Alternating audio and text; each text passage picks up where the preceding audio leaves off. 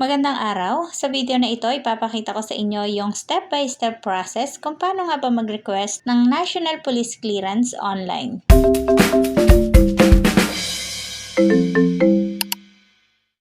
Mula sa Google search, hanapin mo ang pnpclearance.ph at mula dito sa homepage ng National Police Clearance, hanapin mo itong Register.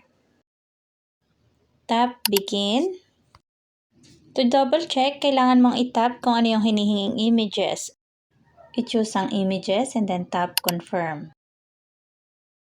Before tayo makapag-create ng account, kailangan muna natin mag-agree sa kanilang terms and conditions.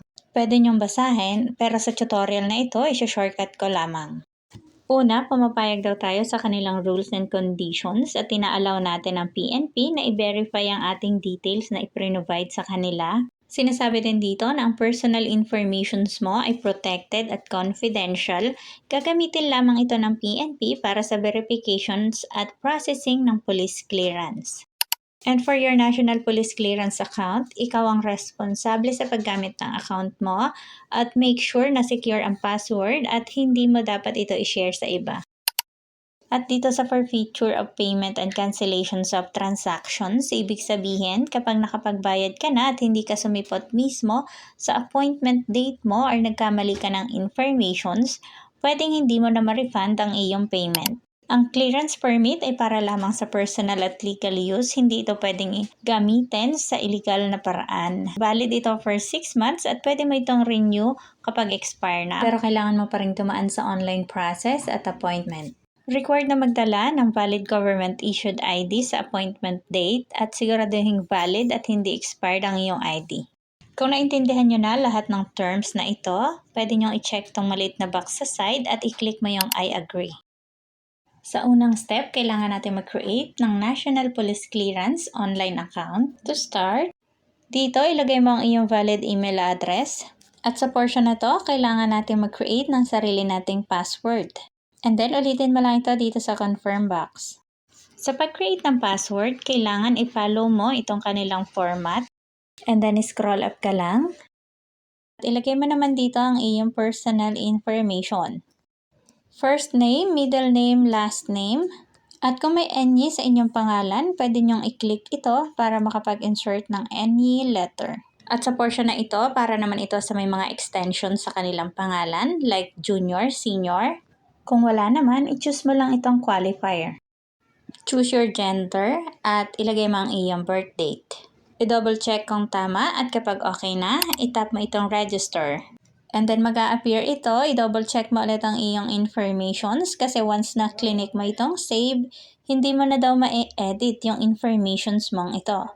So kapag okay na, itap mo na yung save. So nakapag-create na tayo ng National Police Clearance account, kailangan nating mag-login to complete the registration. Mag-login gamit ang iyong email account at ang iyong password. And then tap sign in. So mag-a-appear agad itong applicant profile. Kailangan nating kompletuhin lahat ng informations na hihingin dito. And then manonotice mo may mga red asterisk sa taas. Ibig sabihin required na sagutan ninyo yung mga portion na yan. At sa mga portion na wala namang asterisk, ibig sabihin optional lamang sila. Scroll up lang to continue. Para sa mga declared PWD, kailangan yung i-check yung box. At kung ikaw naman ay first-time job seeker, pwede mo ding i-check itong box para maka-avail ka ng free certificate fee. So, kompletuhin nyo lang itong kanilang online form. I-provide lahat ng details na kailangan. Ang inyong nationality, contact details, home address, other informations like yung height nyo, yung weight nyo, yung blood type. At para dito sa occupation, doon sa mga naghahanap pa lang ng trabaho, pwede nyong ilagay dito yung target positions na gusto nyong applyan. So, andyan din yung family background, yung name ng inyong father, at saka ng inyong mother, at saka yung kanilang birthplace. At para doon sa mga nag-a-apply na married, meron ding portions dito sa last para sa informations ng inyong partner. So, i-double check mo lang lahat ng informations at kapag okay naman, itap mo na itong Save Profile. So, ito na yung pinakang-dashboard ng ating account. Kung may changes ka sa inyong informations, pwede mong i-click itong Edit Profile. At para makapag-apply na tayo ng clearance, proceed tayo dito sa Clearance Application. I-tap natin yan. Sa unang step, kailangan nating i-provide kung ano nga ba yung ating purpose sa pagkuha ng clearance. At may tatlong choices dito sa purpose. Una, itong LTOPF application. Ito yung piliin mo kung ang purpose mo ay kumuha ng license to own and possess firearms. At kung related naman sa mga private security agencies or guards, piliin mo itong SOSHA. Pero kung ang purpose mo naman ay para sa pag-a-apply ng trabaho, piliin mo itong general. Ito yung normal at standard clearance. And then, pumili ka ng police station na mas prepared mo or yung pinakamalapit sa lugar mo para sa appearance, sa biometrics at sa photo capture. And then, scroll up. Makikita mo itong calendar na may available slot. Pumili ka ng date at time na available sa schedule mo. May AM at PM. At kapag okay ka na, itap mo yung next. At para naman dito sa step 2, ito naman yung select payment option. Dito sa system nila, Land Bank pa lang yung option, pero bago matapos ang video na ito, ipapakita ko sa inyo kung paano natin ito mababayaran sa ibang payment method ng PNP. I-tap mo yung Land Bank at mag-a-appear dito sa side yung ating clearance fee. So, it's 150 pesos. And then may note dito na if in case gagamit tayo ng other bank or e-wallet, mayroon itong additional fee. Tap next. At para dito sa step 3, nandito yung summary ng ating appointment, yung police stations, yung ating schedule ng appointment, nandyan din yung list ng acceptable valid IDs. Kapag sure na, itap mo itong save appointment. So after mong mag-save ng appointment, magge-generate na to ng reference number. So ito na yung mag-a-appear. Scroll down ka lang at makikita mo dito sa baba ang inyong reference number, status ng request. Kung first-time job seeker ka, makikita mo may naka-note dito na first-time job seeker kagaya nito. Pwede mong i-print at pwede mong screenshot at ito na din mismo yung ipapakita mo sa PNP office sa time ng inyong appearance. Pero sa case ko, hindi naman ako first-time job seeker, kailangan nating mag-proceed sa payment. I-tap mo itong more payment option at automatic magdadirect ka dito sa online payment portal ng Land Bank. So nandyan, mag-a-appear din yung ibang information at details ng ating application. At para makapag-proceed tayo sa payment, hanapin mo itong payment mode. Automatic mag-a-appear dyan yung Land Bank, pero itap mo lang yan para sa ibang option.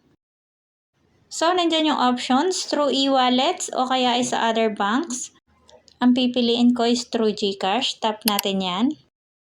At para dito sa CAPTCHA, gayahin mo lang tong hinihinging images dito. Click mo yung box para sa terms and condition and then tap continue.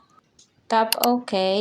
And then, madadirect ka ulit dito sa MYEG. Ito naman yung partner bank ni Land Bank para sa iba't ibang payment method. Ito yung mga over-the-counter na nag-a-accept ng payment. At meron din naman tayong through e-wallet. So, itap mo itong GCash. And then, scroll down. At ito na yung payment details. So, meron nga dito ang additional 30 pesos na convenience fee kasi gumamit tayo ng GCash. Tap proceed. Tap OK. And then wait lang natin at magge-generate siya ng QR code. So ito na yung aking QR code at pwede na itong gamitin sa pagbabayad through GCash. Mag-login sa inyong GCash account. Tap send. Tap express send. And then itap mo itong scan QR code. And then i-scan nyo lang yung inyong QR code at mag-automatic read ito. I-double check mo ang info and then click confirm. So, dahil nabayaran na natin ang ating certificate, mag-login ka ulit sa iyong account at hanapin mo itong transaction. So, okay na. Ang status na natin is paid. Pwede nyo na itong i-screenshot o kaya ay i-print. Next step, bumisita sa police station sa office sa araw ng inyong schedule para sa biometrics at photo capture. Make sure na dala mo ang lahat ng iyong requirements gaya ng valid ID, transaction reference copy, official receipt, At kung ikaw ay first-time job seeker, kailangan ay meron kang barangay clearance as your proof. Kapag okay ang lahat, base sa kanilang review, makukuha mo ang iyong certificate sa mismong araw ng iyong appointment.